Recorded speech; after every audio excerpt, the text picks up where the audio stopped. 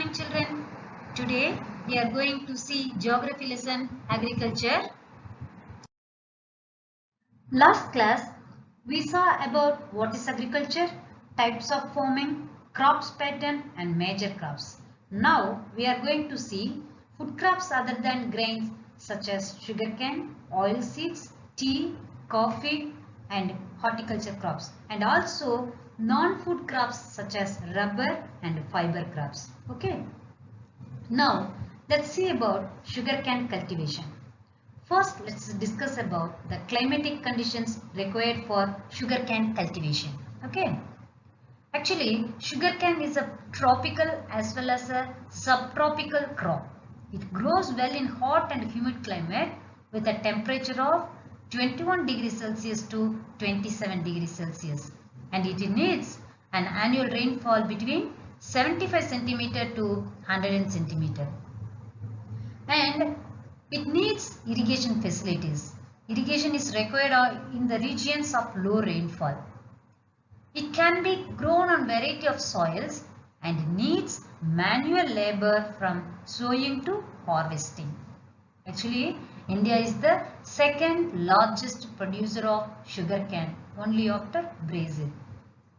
Actually, it is the main source of sugar, jaggery, kansari and molasses. Apart from that, sugarcane provides bagasse. You know bagasse? Have you heard that? It is actually bagasse is the remains left after the extraction of juice from sugarcane. You know, if you go to the sugar factory, you can see that after extracting sugarcane, after extracting juice from the sugarcane, that remaining part is a bagasse. Actually, it is used as a biofuel. You know, in our locality, you may have heard of the Moganus sugar factory, isn't it? Yes, so many of you know, I hope. Actually, from this Moganus sugar factory, the bagasse is transported to the Tamil Nadu Paper Limited, TNPL of, it is in Karur, because it is used as a biofuel. The thick dark brown juice obtained from raw sugar during the refining process are called molasses. Already we have seen about bagasse. Now I am telling you about molasses. The thick dark brown juice obtained from raw sugar during the refining process are called molasses. So molasses made from sugarcane. These are edible and are used in baking and candy making. In fact, that low grades of sugarcane molasses are used in mixed animal feed and in the industrial production of vinegar, citric acid products and other products also. So, we saw about the climatical conditions required for sugarcane cultivation, and also we saw India is the largest producer of sugarcane only after Brazil, and it is the main source of sugar, gur, G-O or gur, it means jaggery, and kansari. You know what is meant by kansari? That in Tamil we used to say natu chakrai, right? That is called kansari and molasses. Now the major sugarcane producing states are Uttar Pradesh, Maharashtra, Karnataka, Tamil Nadu, Andhra Pradesh, Bihar, Punjab and Haryana. Okay, fine. Now we are going to see about oilseeds.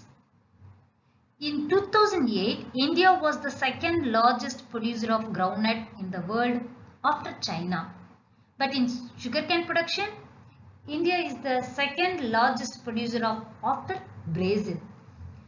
Then in rapeseed production, India was third largest producer in the world after Canada and China in 2008. Actually, the binomial name of rapeseed is Brassica napus. Naturally, this seed contains appreciable amount of oil richness. So, in rapeseed production, India was third largest producer. Okay, different oil seeds are grown and covering approximately 12% of the total cropped area of the country. Main oil seeds produced in India are groundnut, mustard seeds, coconut, sesame and soybean, castor seeds, cotton seeds, linseed and sunflower. Most of these are edible and used as cooking mediums. Yes, of course, we are using many of these oils and all. See, groundnut oil, sesame oil, that castor oil, isn't it? Sunflower oil. So much of this are also used as raw material in the production of soap as well as cosmetics and ointments also. So, most of these are edible and used for cooking mediums, as well as some of these are also used as raw material in the production of soap, cosmetics and ointments. Actually, groundnut is a kharif crop and accounts for about half of the major oilseeds produced in the country. Gujarat was the largest producer of groundnut, followed by Andhra Pradesh and Tamil Nadu in 2011 and 12. According to the year of 2011 and 12 data, Gujarat was the largest producer of groundnut, followed by Andhra Pradesh and Tamil Nadu.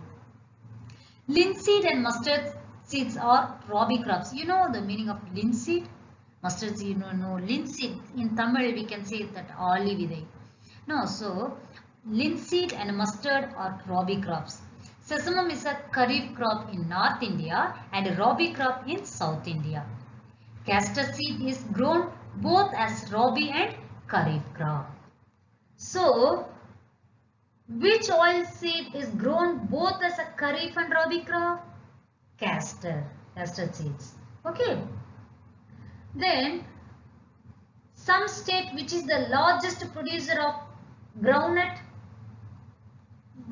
seeds. Andhra Pradesh is the leading producer, following the Tamil Nadu. Okay, so I hope you understood this about oil seeds. What are the oil seeds?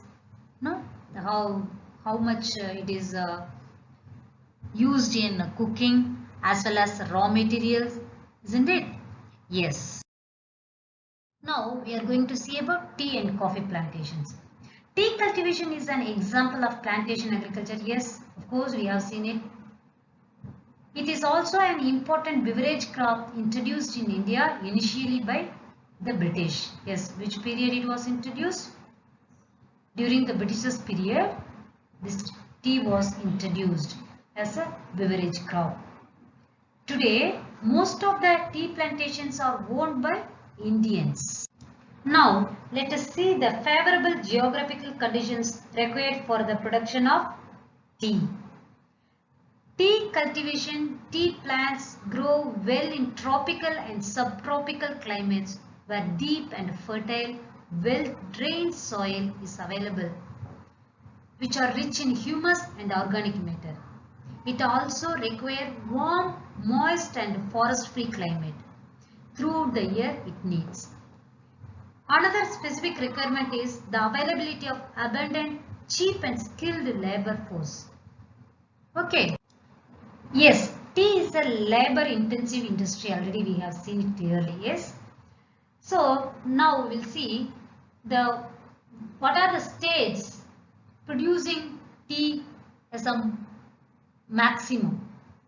Okay, major tea producing states are Assam, hills of Darjeeling and Jalpaiguri district, West Bengal, Tamil Nadu and Kerala.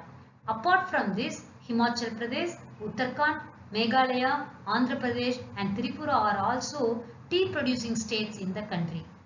Actually, in 2008, India was the third largest producer of tea after China and Turkey. Now let's discuss about coffee plantation. In 2008, India produced 3.2% of the world coffee production. Indian coffee is known as the world for its good quality. See the filter coffee, The Arabica variety initially brought from Yemen is produced in the country. This variety is in great demand all over the world. Initially, its cultivation was introduced on the Baba Budan hills and even today, its cultivation is confined to the Nilgiri in Karnataka, Kerala and Tamil Nadu. Now we are going to see about the cultivation of vegetables, fruits and flowers. Okay, what is agricultural term used for cultivation of fruits and vegetables? Horticulture. Yes, horticulture is agricultural term used for cultivation of fruits and vegetables. Okay. In 2008, India was the second largest producer of fruits and vegetables in the world after China. India is a producer of tropical as well as temperate fruits. Mangoes of Maharashtra, Andhra Pradesh, Uttar Pradesh and West Bengal. Oranges of Nagpur and Sirabunji is in Meghalaya. Bananas of Kerala, Mizoram, Maharashtra and Tamil Nadu. Lychee and guava of Uttar Pradesh and Bihar. Pineapples of Meghalaya. Grapes of Andhra Pradesh and Maharashtra. Apples, pears, apricots and walnuts of Jammu and Kashmir and Himachal Pradesh are in great demand the world over. Actually, India produces about 13% of world's vegetables.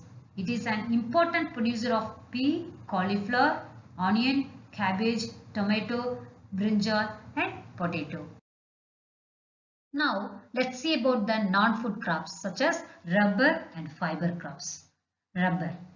Rubber is an equatorial crop, but under special conditions, it is also grown in tropical and subtropical areas. It requires moist and humid climate with rainfall of more than 200 cm and a temperature above 25 degrees Celsius. Rubber is an important industrial raw material. It is mainly grown in Kerala, Tamil Nadu, Karnataka and Andaman and Nicobar Islands and Garo Hills of Meghalaya. In 2010 and 11, India ranked 4th among the world's natural rubber producers. See, in Tamil Nadu, Kanyakumari is the leading producer of rubber. Okay, so what are the importance of rubber for the Indian economy? We will see. Rubber is an important industrial raw material as well as it is used in automobile industry. Yes, it is also the major input for the footwear industry. India earns foreign exchange by exporting raw rubber and rubber products. Okay. Now let's see about fiber crops. What are the major fiber crops grown in India? Cotton, jute, hemp and silk. Cotton, jute, hemp. These three fibers are obtaining from plant crops in the soil. But silk is obtained from cocoons of the silkworms fed on green leaves, especially mulberry. So, rearing of silkworms for the production of silk fiber is known as sericulture. So, what is meant by sericulture? Rearing of silkworms for the production of silk fiber is known as sericulture. Okay, now let's see about cotton. Actually, India is believed to be the original home of the cotton plant.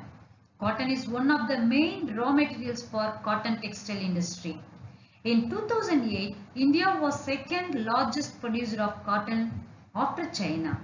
Cotton grows well in drier parts of the black cotton soil of the Deccan Plateau.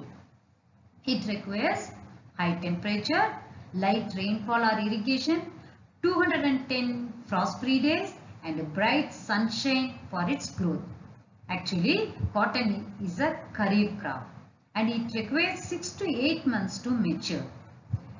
So, major cotton producing states are Maharashtra, Gujarat, Madhya Pradesh, Karnataka, Andhra Pradesh, Tamil Nadu, Punjab, Haryana and Uttar Pradesh. Now, we are going to see about jute. Jute is known as the golden fiber. Jute grows well on well-drained fertile soils in the flood plains where soils are renewed every year. It needs high temperature and during the growth it needs high temperature. West Bengal, Bihar, Assam, Odisha and Meghalaya are the major jute producing states. It is used in making gunny bags, mats, ropes, yarn, carpets and other artifacts. Due to its high cost, it is losing market to synthetic fibers and packing materials, particularly the nylon. Okay, so what are the major fiber crops grown in India? Cotton, jute, hemp and silk. Okay. Now let's see about Bhudan Gramdan movement. Bhudan, Bhumi Danam, Gramdan, Gramadanam. So Bhudan Gramdan movement. Now we are going to see about Bhudan Gramdan movement. Okay. Mahatma Gandhi declared Vinoba Bhave as his spiritual heir. Acharya Vinoba Bhave also participated in Satyagraha as one of the foremost Satyagrahis. Actually, he was one of the staunch supporters of Gandhiji's concept of Gram Swarajya. After Gandhiji's martyrdom, Vinoba Bhave undertook Padayatra to spread Gandhiji's message, covered almost the entire country. Once he was delivering a lecture at Pochamali in Andhra Pradesh. Some poor landless villagers demanded some land for their economic well-being. Vinoba Bhave could not promise it to them immediately, but assured them to talk to the government of India regarding provision of land for them if they undertook cooperative farming. Suddenly, Sri Ramchandra Reddy stood up and offered 80 acres of land to be distributed among 80 landless villages. So, this Bhudan movement was initiated by Acharya Vinoba Bhave. On the request of landless agricultural laborers, he collected surplus land from rich zamindars and big farmers to distribute among those landless farmers. So, the movement significantly increased the agricultural production as the laborers became owner of their land and could cultivate on it. So, this Bhudan Gramdan movement initiated by Vinoba Bhave is also known as the Bloodless Revolution. Which one is known as Bloodless Revolution? The Bhudan Gramdan movement. Who initiated this Bhudan Gramdan movement? Acharya Vinoba Bhave. So who is the father of Bhudan Gramdan movement? Acharya Vinoba Bhave is the father of Bhudan Gramdan movement. And this movement is also known as Bloodless Revolution. Okay. Now we will see about the technological and institutional reforms. See, continuous use of same land without proper improvement has limited the pace of agricultural development. Even though irrigation facilities are developed, still in many parts of India, agriculture is dependent on monsoon and natural fertility of soil. In India, about 90% of its population is dependent upon agriculture. Thus, technological as well as institutional changes become necessity for revolution in agricultural sector. See, in India, India's rural population is about 600 million, which depends upon 250 million approximately hectares of agricultural land, an average of less than half a hectare per person. See, major institutional reforms include collectivization, consolidation of land holdings, development of cooperative societies, abolition of zamindaris, etc. See, right of inheritance divided the land holdings to small units that reduce productivity. So, land reform was the main focus in our first 5-year plan. Now, we are going to see about the technological reforms. The laws of land reforms were enacted, but their implementation was lacking somewhere. The government of India in 1960s, 70s introduced agricultural reforms to improve Indian agriculture. Some of the strategic initiatives were taken like the Green Revolution, which was based on the use of package technology, and the White Revolution. White Revolution denotes dairy products. It is also known as Operation Flood, came in the Indian agriculture. It helped to improve the Indian agricultural sector a lot, but the concentration of development remained only in few selected areas. Children, do you know about Golden Revolution? Golden Revolution refers fruits, vegetables, overall horticulture development and honey production. Okay. Then now we are going to see about land development program. In the 1980s and 1990s, many institutional and technical reforms were made under comprehensive land development program. Provision for crop insurance against drought, flood, cyclone, fire and disease. See, like now we are facing pandemic, right? Like that.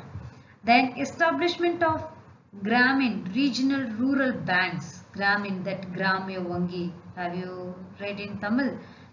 That establishment of Gramin banks, cooperative societies and banks for providing loan facilities. So, loan facilities to the farmers at lower rates of interest. Okay.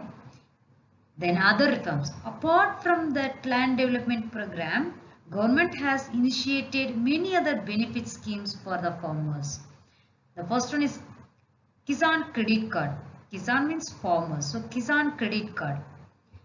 Scheme for giving easy and cheap loans to small farmers. Personal accident insurance scheme for Kisan Credit Card holders. Okay, then special weather bulletins and agricultural programs for farmers were introduced through radio and television channels. Then government also announced minimum support price for various agricultural products like cereals, pulses and others to check the exploitation of farmers by middlemen. So in this way the government has taken many steps. Okay. Now we are going to see about the impact of globalization on agriculture. Actually, globalization is not a new phenomenon. It was there at the time of colonization in the 19th century when European traders came to India. At the time too, Indian spices were exported to different countries of the world and farmers of South India were encouraged to grow these crops. During the British period, cotton belts of India attracted the British and ultimately cotton was exported to Britain as a raw material for their textile industries. Actually, you have read about the Champaran movement which started in 1916 in Bihar. This was started why? Because farmers of that region were forced to grow indigo on their land because it was necessary for the textile industries which were located in Britain. But the people of Bihar were unable to grow food grains to sustain their families. So under globalization, particularly after 1990, the farmers in India have been exposed to new challenges. Despite being an important producer of rice, cotton, rubber, tea, coffee, jute and spices, our agricultural products are not able to compete with the developed countries because of the highly subsidized agriculture in those countries. Okay, so Indian farmers should diversify their cropping pattern from cereals to high value crops. Then genetic engineering and organic farming should be employed to increase without degrading the land. Actually, India's diverse climate can be harnessed to grow a wide range of high value crops. Children, I hope you all understand this lesson. Thank you.